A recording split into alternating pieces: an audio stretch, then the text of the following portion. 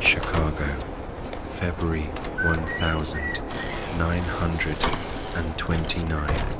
A neon sign buzzes over a speakeasy door on the south side, throwing red light across a snowbank that nobody has bothered to clean. Inside, a clarinet is climbing a scale. A woman in a beaded dress is laughing at a joke that wasn't funny. Champagne is moving. Money is moving. Somebody on the dance floor thinks he's going to live forever outside. In the alley behind the kitchen, a man named Tony is dying. He has a .45 caliber hole punched clean through his throat. His blood is freezing into the puddle under him in a slow black halo. He can hear the jazz through the brick wall. He can hear the laughter. Nobody comes out. Nobody will come out. In about 40 minutes, a busboy will find him, throw up against a dumpster, and call a cop who is already on the payroll of the man who shot him. This is the Roaring Twenties. You've been lied to about this decade your entire life. Hollywood sold you Gatsby's green light and Bugsy Siegel's smile. They sold you fedoras and pinstripes and the gentleman gangster with a code of honor. They sold you flappers and jazz and a country drunk on its own optimism. They put it on a movie poster, set it to a swing soundtrack, and called it American history. It wasn't history. It was a costume. Underneath the costume, the numbers are obscene. Over 1,000 documented gang murders in the city of Chicago alone between 1,920 and 1,933. Roughly 10,000 Americans poisoned to death by industrial alcohol, and we will get to who poisoned them, because it wasn't the gangsters, it was their own government. By 1929, organized crime in the United States was generating more annual revenue than the Federal Department of Agriculture. The men running it had names you've heard in movies and habits you haven't. Capone wept at the opera. Rothstein died over a card debt. A bootlegger in Cincinnati named George Remus shot his wife in the face in a public park and was acquitted in 19 minutes. The Roaring Twenties didn't roar, it gurgled. Step into 1925 with me for a second. You are standing on a curb in Cicero, Illinois.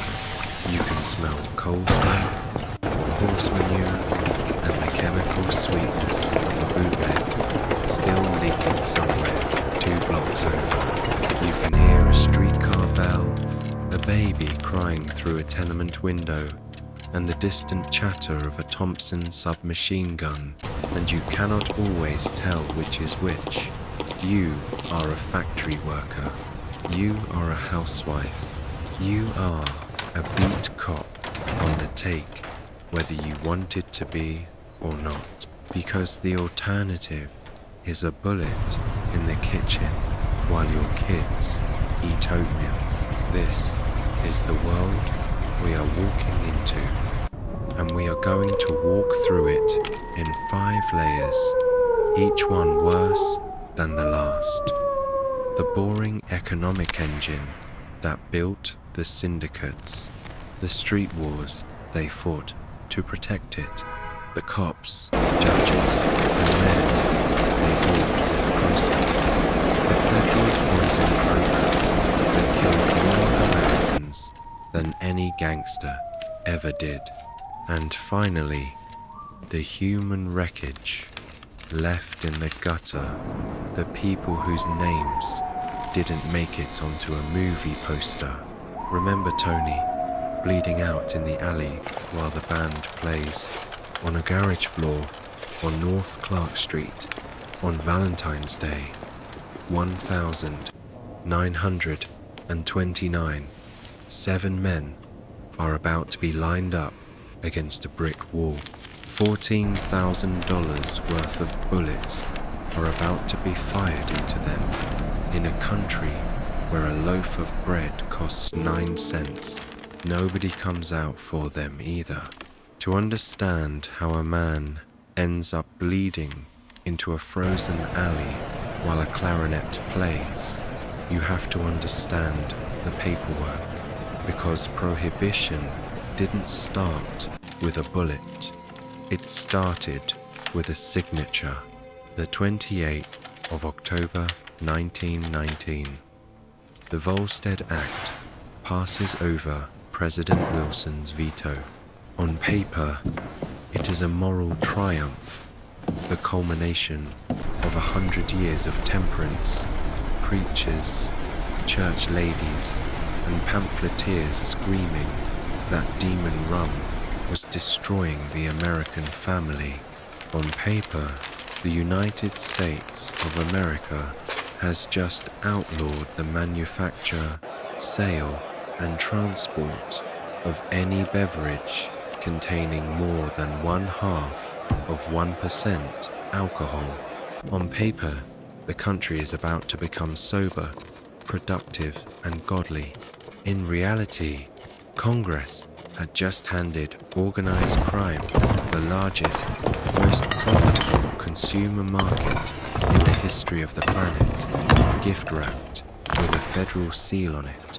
The lawmakers who voted for it genuinely thought Americans would just stop drinking.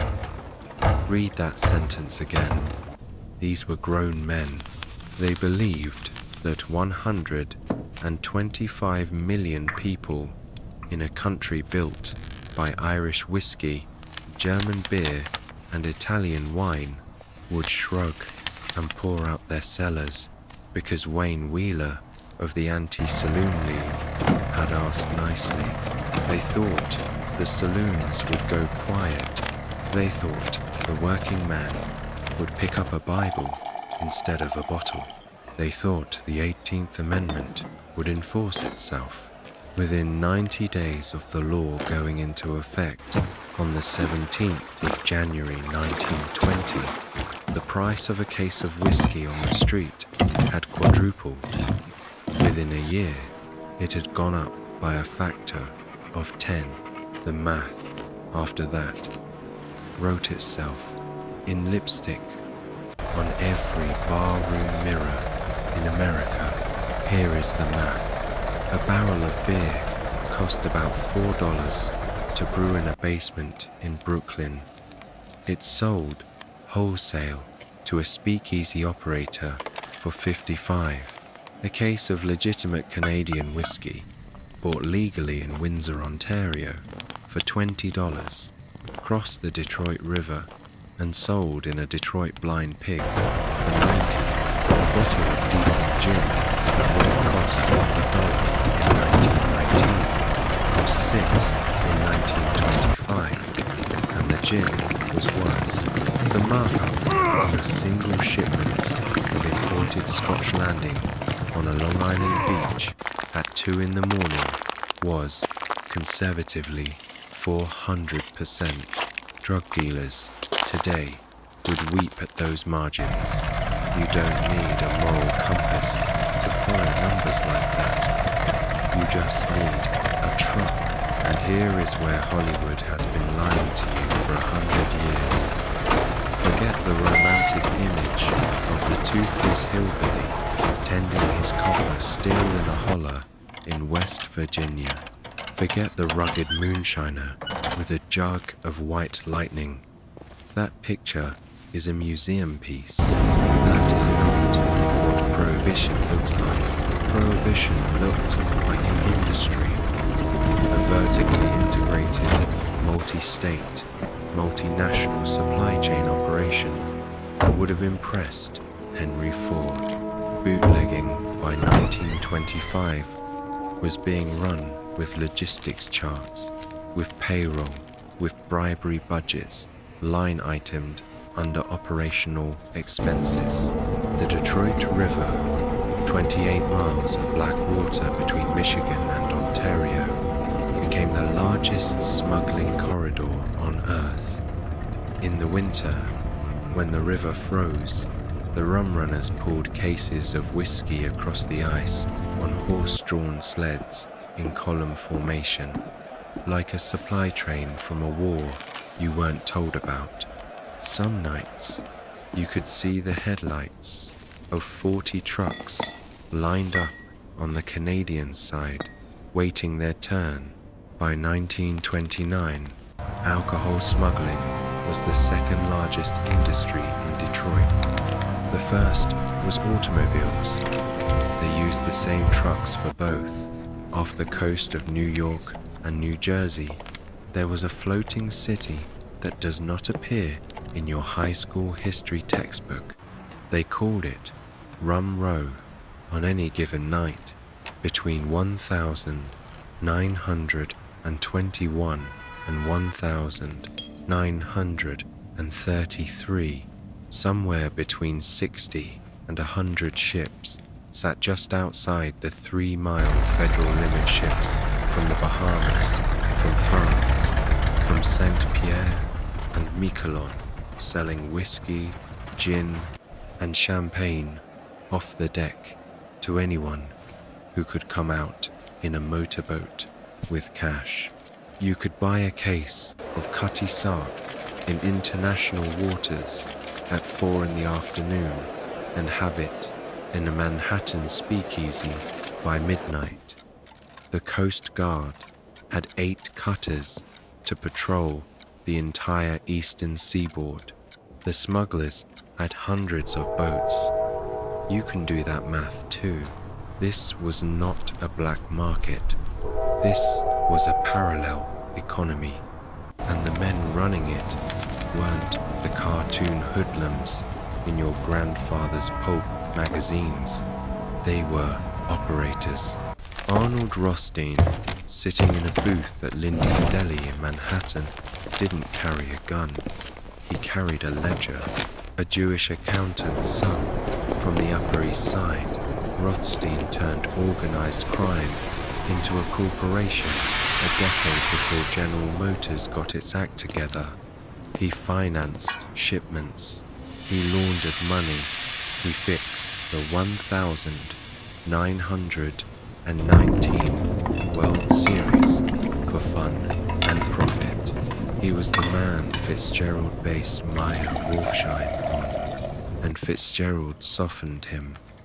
In November 1928, Rothstein was shot in the gut over a $50,000 poker debt at the Park Central Hotel. He lived for 2 days. When the cops asked him who pulled the trigger, he said, "You stick to your trade. I'll stick to mine." He took the name to the morgue. Johnny Torrio of Chicago, small, soft-spoken, didn't drink, didn't curse, looked like an insurance salesman. He was the man who taught a 22-year-old thug from Brooklyn named Alphonse Capone that violence was a tool, not a personality. Torrio's lesson: never kill anyone you can pay off. Never pay off anyone you can intimidate, and never intimidate anyone whose corpse will be inconvenient. Capone learned 3 out of 3. Torrio retired to Italy, a millionaire. Most of his students did not retire at all. Then there was George Remus of Cincinnati, a former defense lawyer who read the Volstead Act, found a loophole permitting medicinal whiskey, bought up 9 of the country's licensed distilleries, and proceeded to lose most of his own product to hijackers who were, naturally, on his payroll. By 1925, Remus was worth $40 million. He threw a New Year's Eve party where he gave every female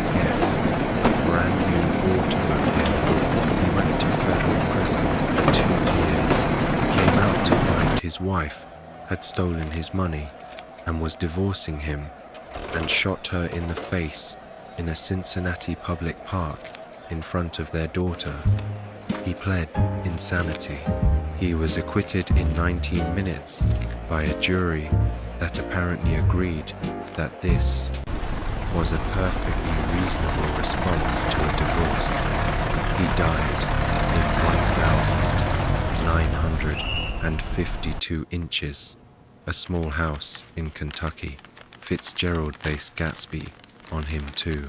Turns out, thou shalt not drink is significantly harder to enforce than thou shalt not murder. America was about to find out it wasn't particularly good at either one. Walk down Atlantic Avenue in Brooklyn in 1924, and the air smells like a brewery because it is one. The yeast and grain stink of fermenting mash leaks out of warehouse basements like a bad cologne. Federal Prohibition agents, on the rare occasions they were sober and motivated, could find an illegal still by walking the block and following their noses. They mostly didn't bother. The pay was bad, and the bribes were good. So here is your question, before we go any further. Tonight, you've got a wife at home, 2 kids, a job at the steel mill that pays $19 a week, and a federal agent across the street offering you $300 a month, 15 times your salary, to look the other way while a truck rolls through. What do you do? Drop your answer in the comments. Be honest. The algorithm feeds on real history, and real history was built by people who said yes. Hit the like button right now. I've got 4 more days to go, and each one gets worse, because the money was only the beginning. Once you had a product worth more than gold, you needed an army to protect it. And in a tenement in Cicero, Illinois, a 26-year-old kid from Brooklyn with 2 scars on his left cheek had just figured out how to build one. His name was Capone, and he was about to turn the city of Chicago into an open-air slaughterhouse. His name was Capone, and Hollywood has been polishing his shoes for 90 years. Strip the makeup off. Look at the actual man. Alphonse Gabriel Capone was 5'10", weighed 255 pounds in his prime, and had the wet, heavy face of a man who ate too much sausage and slept too little. The 2 scars on his left cheek, the ones that gave him the nickname Scarface, which he hated, came from a 1917 brawl in a Brooklyn dance hall when a small-time hood named Frank Galluccio took a knife to him for insulting Galluccio's sister. Capone never got the scars in a war. He got them for being rude to a woman in front of her brother on a Saturday night. He was 26 years old when he took over the Chicago outfit from Johnny Torrio in 1925. He had untreated syphilis, which he had picked up in a Brooklyn brothel as a teenager, and which was already slowly eating his brain. He was paranoid. He kept a loaded revolver under his pillow, slept with the lights on, and changed hotels 3 times a week. He cried at the opera, actually wept into a silk handkerchief at Madama Butterfly, and then went home and ordered men killed by phone the way you'd order a pizza. This is your gentleman gangster. This is your folk hero, a sweating, syphilitic middle manager who solved logistics problems with corpses. Across town, on the north side, his rival was a Polish-Irish thug named George Clarence Moran, called Bugs because he was Bugs, twitchy, mean, the kind of man who'd shoot you for looking at his hat. Moran ran the North Side Gang, inherited from Dean O'Banion, a florist who literally ran a flower shop on North State Street as a front and got himself murdered in it in 1924 by 3 of Capone's men who walked in pretending to buy chrysanthemums for a funeral. They were, in a sense, accurate. Between Capone and Moran, between 1925 and 1930, the city of Chicago became something the modern American mind cannot really process. It was not lawless, it was something stranger. It was a city with a parallel government conducted in muzzle flashes, where the boundary lines between syndicates were drawn in chalk by the coroner. The weapon that drew those lines was the M1921 Thompson submachine gun. You need to understand this gun because Hollywood has reduced it to a prop. The Thompson was designed in 1918 by Brigadier General John T. Thompson of the U.S. Army for one specific purpose: clearing German trenches in World War I by spraying 800 rounds per minute of 45 caliber pistol ammunition into a confined space full of human beings. The war ended before the gun saw combat, so Auto Ordnance, the manufacturer, sold them on the open American market for $200. No questions asked, no permit required. You could walk into a Sears, Roebuck and Company catalog and order one delivered to your door. A hardware store in Chicago kept them stacked next to the lawn rakes. By 1926, Capone owned somewhere around 50 Thompsons. They cost him, at retail, about $10,000. He made that back in a single night of beer sales. The sound of a Thompson is not the friendly rat-a-tat-tat of a cartoon. It is a low, ripping roar, like canvas tearing in a hurricane, and at full automatic, it empties a 50-round drum magazine in just under 4 seconds. Gangsters in Chicago called it the Chicago typewriter because the muzzle flash in the dark looked like the keys of a Remington going at full speed. They also called it the chopper. Both names are accurate. A Thompson at close range does not shoot a man, it disassembles him. Now forget the code of honor. There was no code, there was no honor among thieves. There was a market, and the market was settled with violence, calibrated for maximum efficiency. The drive-by shooting was invented in this era, on these streets, by these men. The one-way ride, where a friendly associate offered you a lift in his Packard, and you were never seen again, except occasionally, weeks later, in a ditch in Indiana. That phrase enters the American language in 1921, courtesy of Jaime Weiss of the North Side Gang.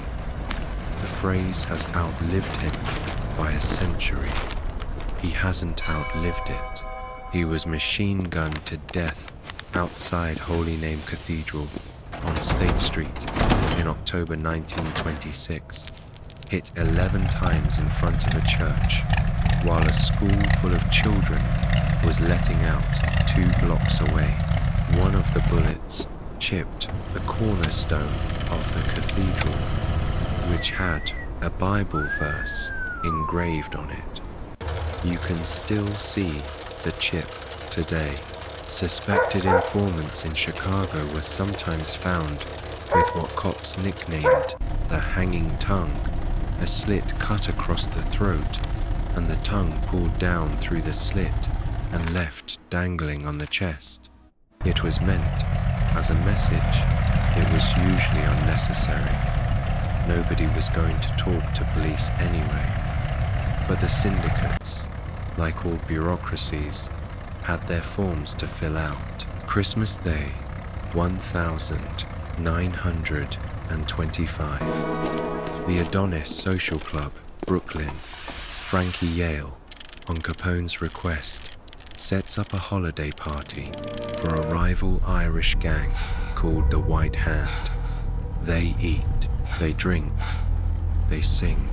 At a prearranged moment, the lights go out, the doors lock, and Yale's men open up with shotguns and pistols across the dinner table. 3 Irishmen die before they finish their pasta. The bodies are still wearing their Christmas paper hats when the police arrive. No one saw anything. Then comes the 14th of February 1929. A garage at 2122 North Clark Street, Chicago. The SMC Cartage Company, a bootleg distribution warehouse used by Bugs Moran's North Side gang. 7 men are inside that morning, expecting a delivery of hijacked Canadian whiskey. 6 of them are Moran's people. The 7th is an optometrist named Reinhard Schwimmer, who is not in the gang at all. Schwimmer is a thrill seeker, a civilian who likes to hang around real gangsters because he thinks it makes him interesting. He is about to find out exactly how interesting it makes him. 2 black Cadillacs pull up. 4 men get out. 2 of them are wearing Chicago Police Department uniforms. The other 2 wearing long overcoats.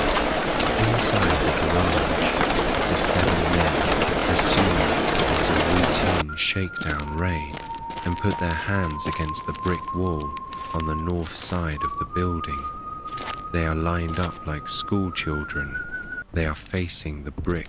The 2 men in overcoats unzip duffel bags and produce 2 Thompson submachine guns and a 12-gauge shotgun. In the next 20 seconds, they fire approximately 70 rounds, 45 caliber ammunition, and 2 shotgun blasts into the backs of the 7 men against the wall. The bricks behind the bodies are scarred so deeply by the impacts that you can still see the pattern in photographs taken decades later. A neighbor's German shepherd tied up in the next building will not stop howling.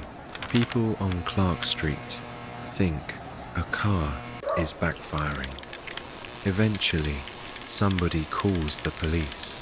When real Chicago cops finally walk into that garage, 6 of the 7 men are dead.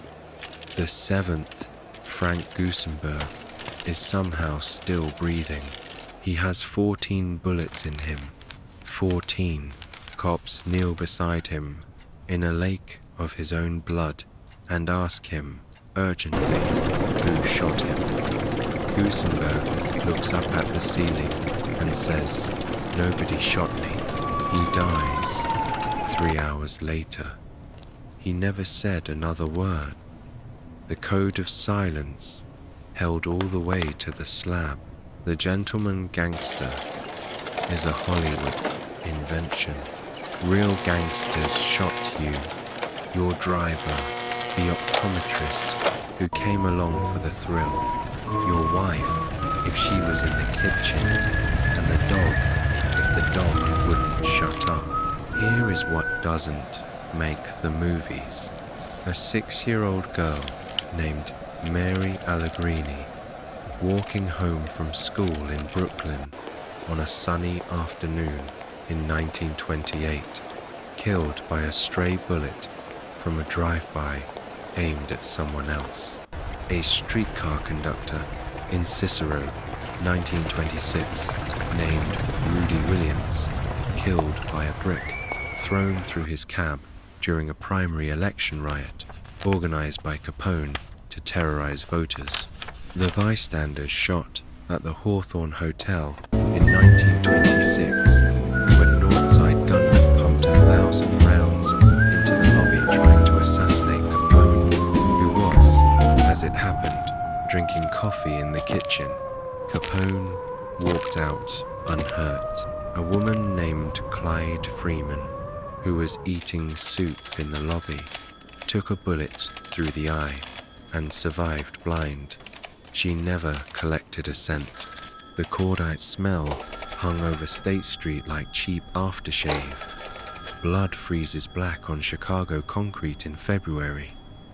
The undertakers in Cook County stopped bothering to look surprised, and you might be sitting there thinking, surely the police did something.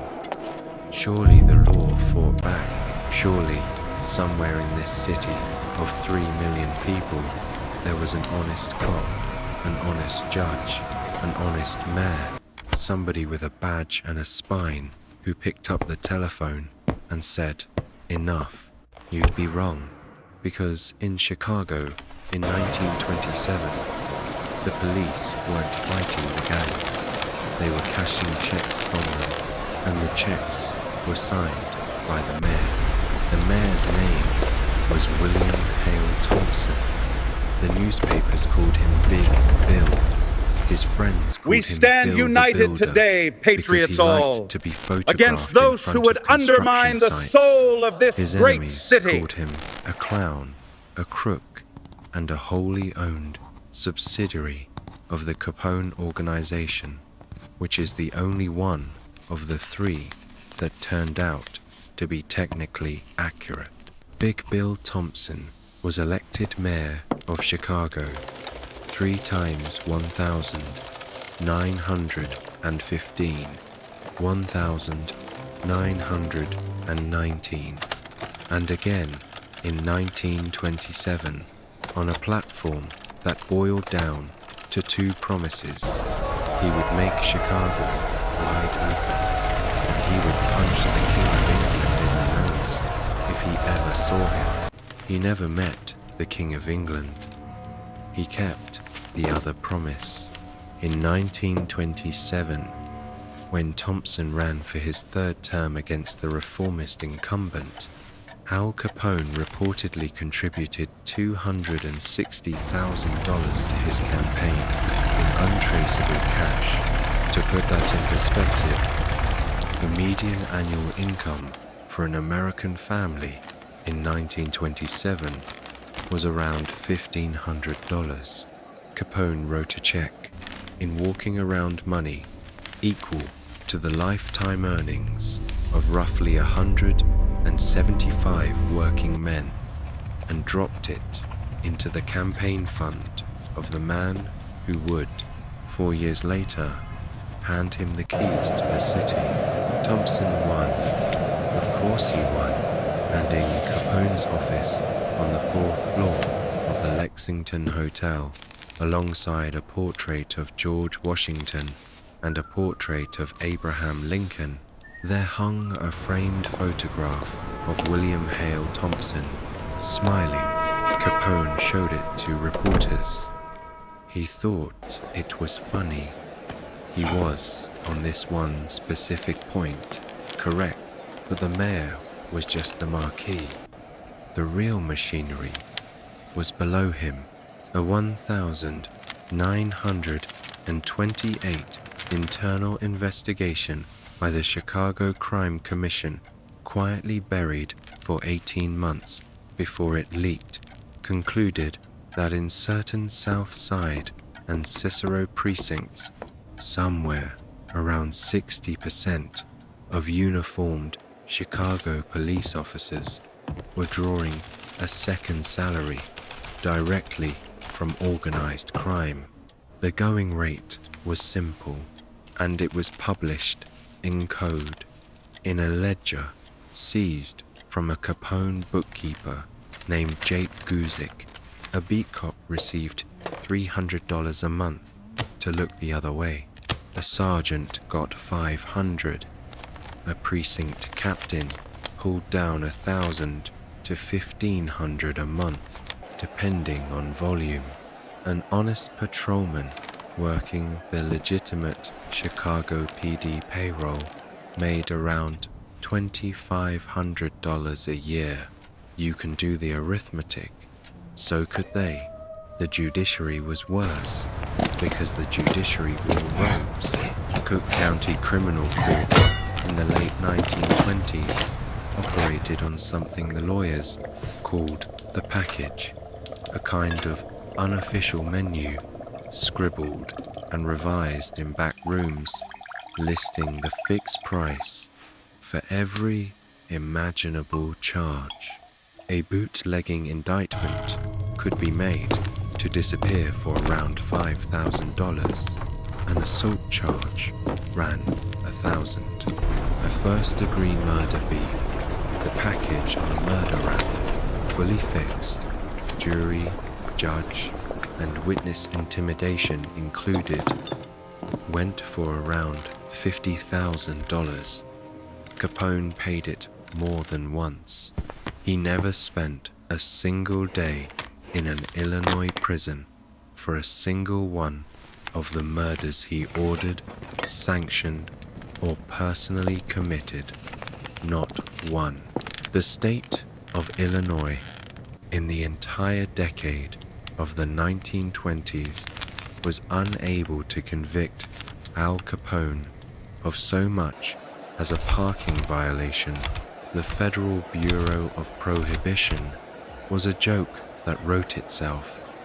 Congress funded the Bureau to police the entire 48 states with a starting force of 1,500 agents, 1,500 men, to regulate the drinking habits of 125 million Americans. Within the Bureau's first 6 years, nearly 1 in 12 agents was either fired for corruption or prosecuted for it outright. The average tenure of a Prohibition agent was less than 12 months.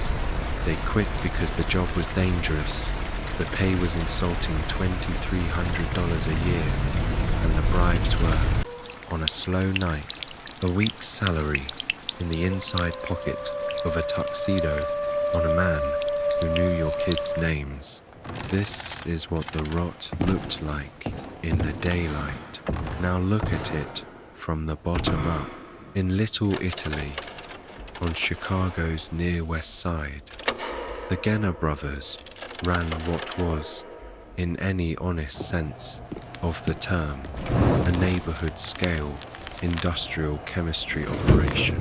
The 6 Genner brothers, Sam, Vincenzo, Pete, Angelo, Tony, and Mike, every one of them eventually murdered, often by each other, paid 400 Sicilian immigrants $15 a day to operate 1-gallon copper stills in the kitchens of their own tenement apartments. $15 a day in 1924 was more than 3 times what a man could make at the stockyards. The Genners supplied the corn sugar, the yeast, the copper coils. The immigrants supplied the apartment, the gas stove, and the lungs.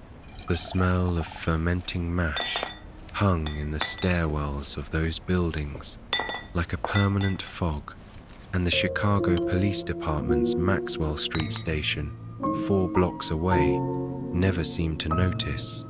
Why would they?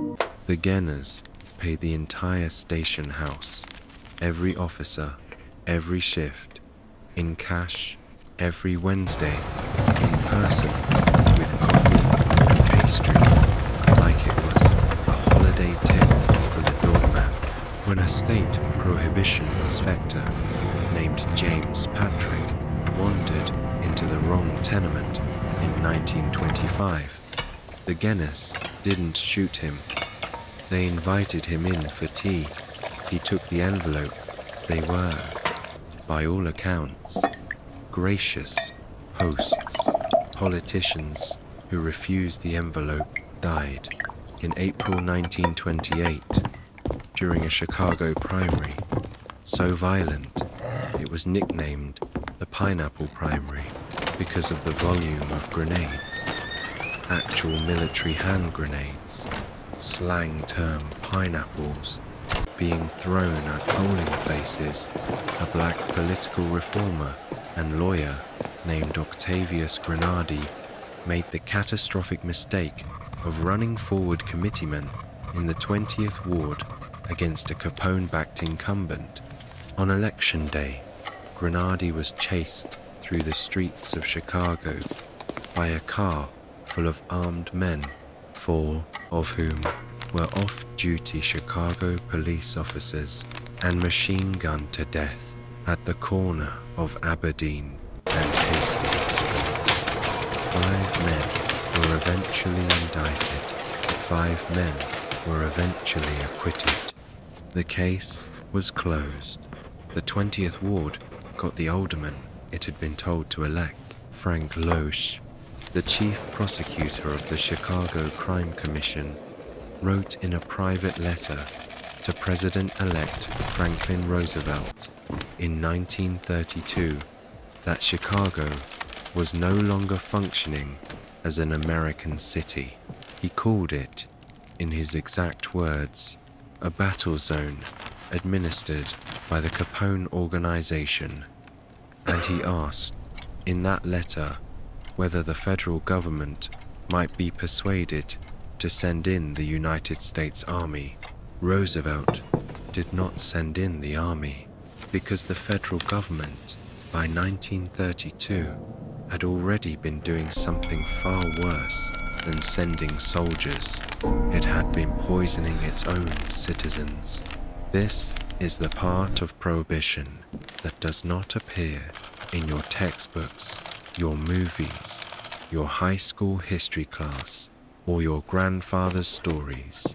This is the part that, when you first read about it, you assume must be a hoax because it cannot possibly be true. It is true. It is documented. It is on the record of the United States Treasury Department and the United States Senate in 1926, frustrated that bootleggers were stealing industrial alcohol. Alcohol used to make paint thinner, fuel, and solvents, and redistilling it into drinkable liquor. The United States Treasury Department issued a directive ordering the alcohol to be deliberately, intentionally poisoned, not denatured for taste, poisoned. The formula set by federal regulation included methyl alcohol, kerosene, gasoline, benzene, cadmium, iodine, zinc, mercury salts, nicotine, ether, formaldehyde, chloroform, and quinine.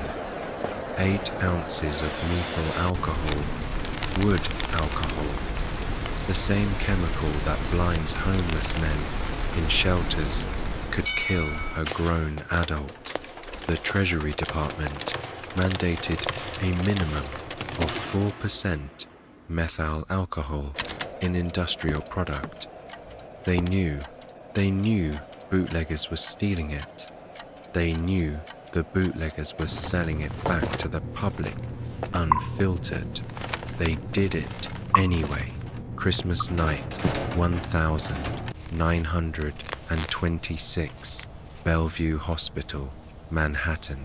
23 men were rushed into the emergency room over the course of one evening. vomiting blood, blind, convulsing, dying.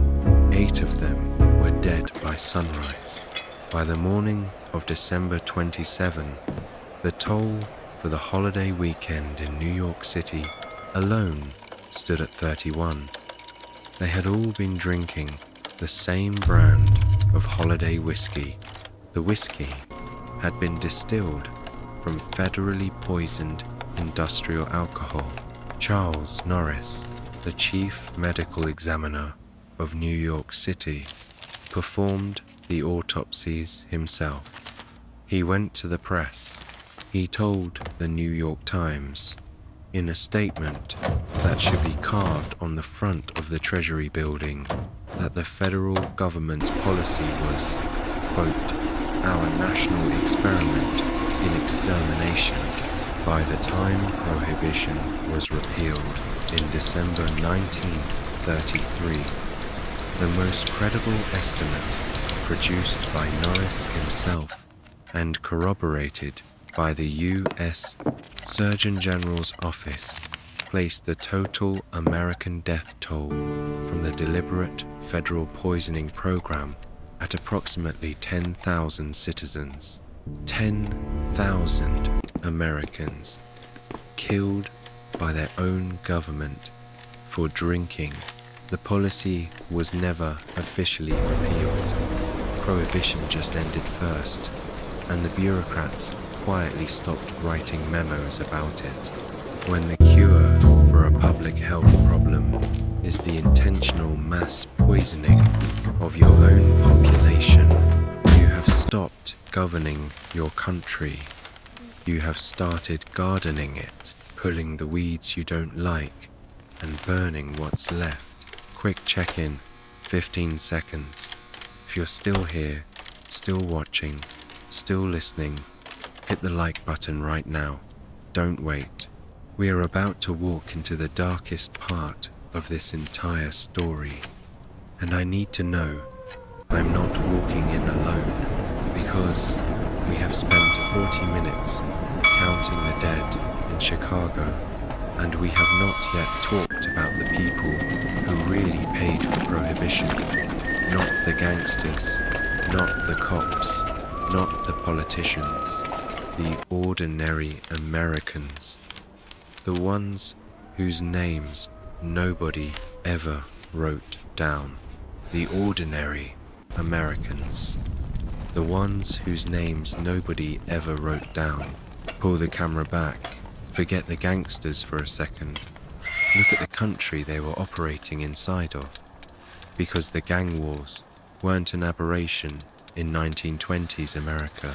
They were the loudest part of a much larger machine that ate human beings on a schedule.